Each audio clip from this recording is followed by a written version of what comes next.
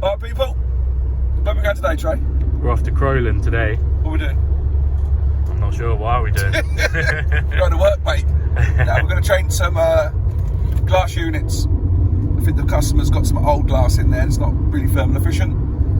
So we're going to go in, put some new glass in, low E, warm edge seal, gas filled, and make a front room warm. So this is the job. Taking out the old glass with my little apprentice.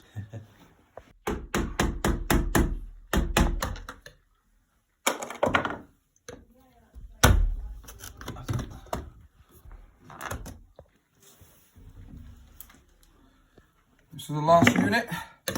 As you can see, it's very misty. It's broken down inside, so there's no thermal bridge. Right, as you can see, this is the finished product.